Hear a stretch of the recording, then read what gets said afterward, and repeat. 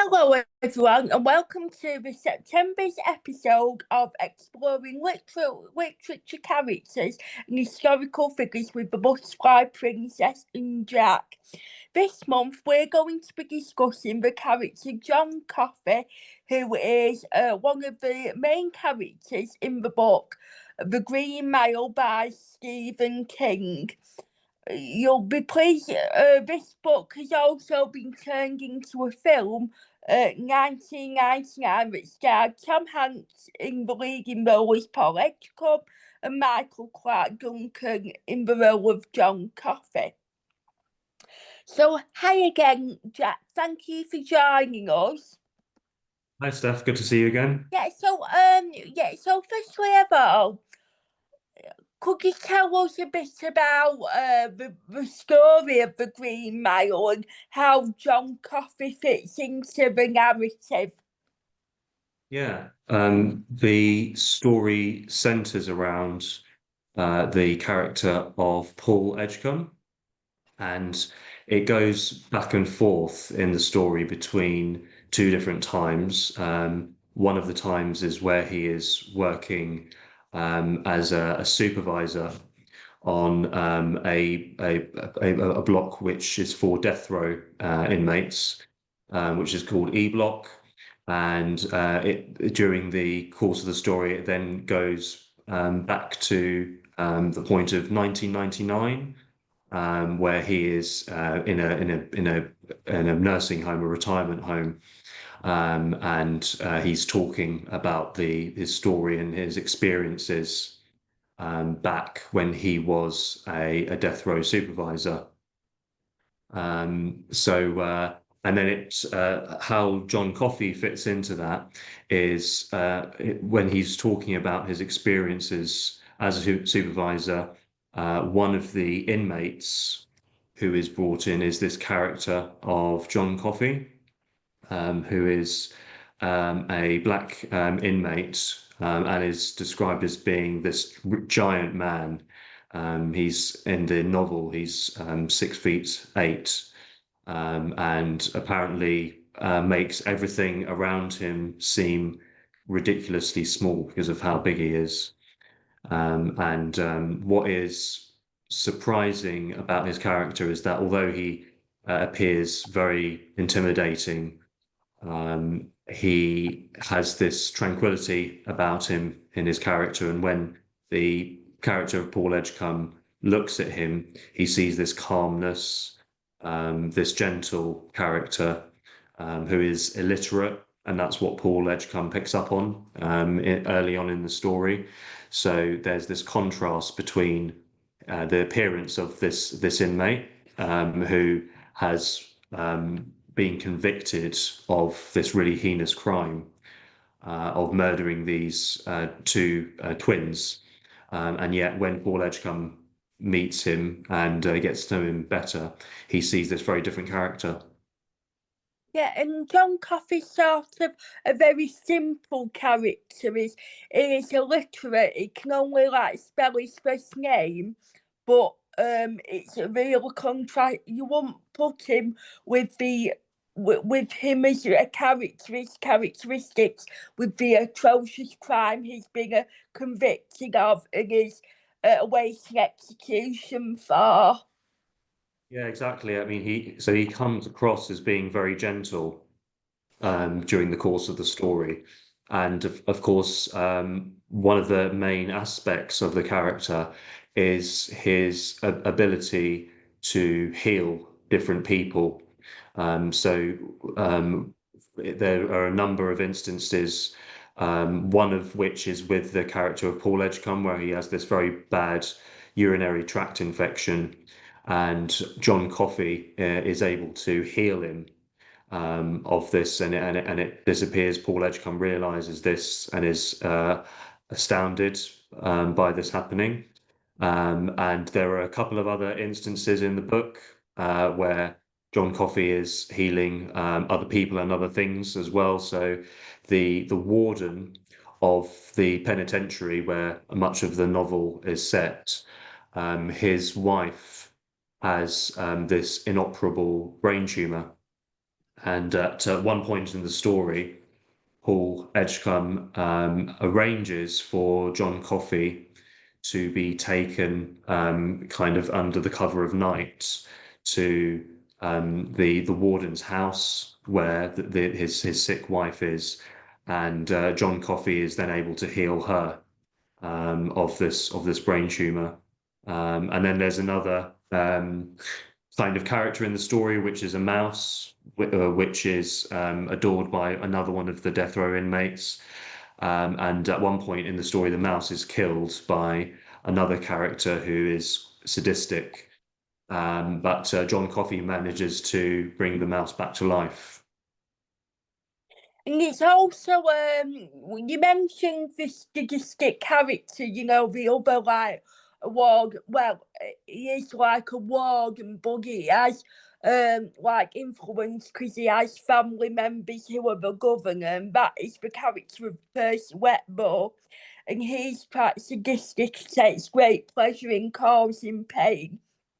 For Yes. example, the death of when the inmate who adores this mouse, Mr. Jingles, is executed, he makes sure he's executed in a most painful way. Yeah, that's right. So one of the things that Paul Edgecomb and some of the other staff who are working on this e-block attempt to do is they try and make a calm environment for the inmates.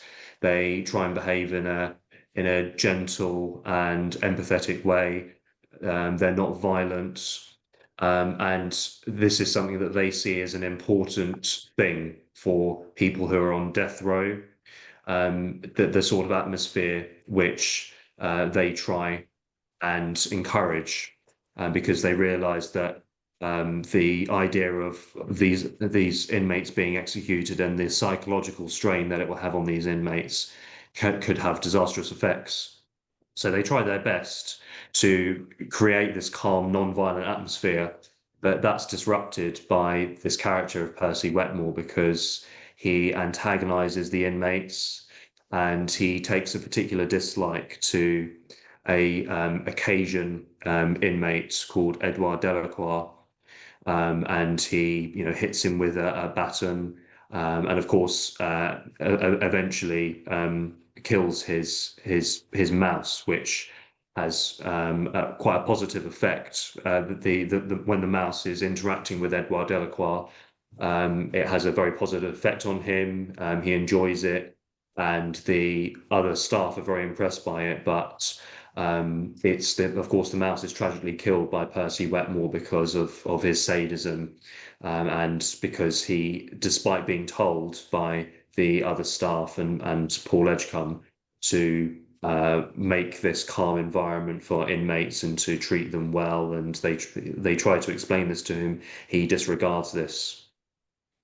Yeah, and it's quite interesting not to give too many spoilers away. So I'm hoping people have, read the book and seen the film. But Percy Wetmore sort of gets his comeuppance as like when John Coffey's cured the warden's wife from the brain tumour.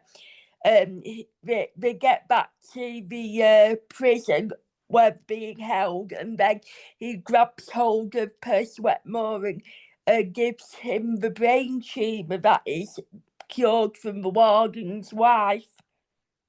Yes, that's right. So there's some quite interesting interaction that's happening at this point because something that has happened is there's another character called William Wharton, who is someone who plays these quite violent tricks on this staff, on this block. And John Coffey finds out at one point, through his contact with William Wharton, that in fact this character Wharton has actually murdered the two girls, the twins, that John Coffey was convicted of killing.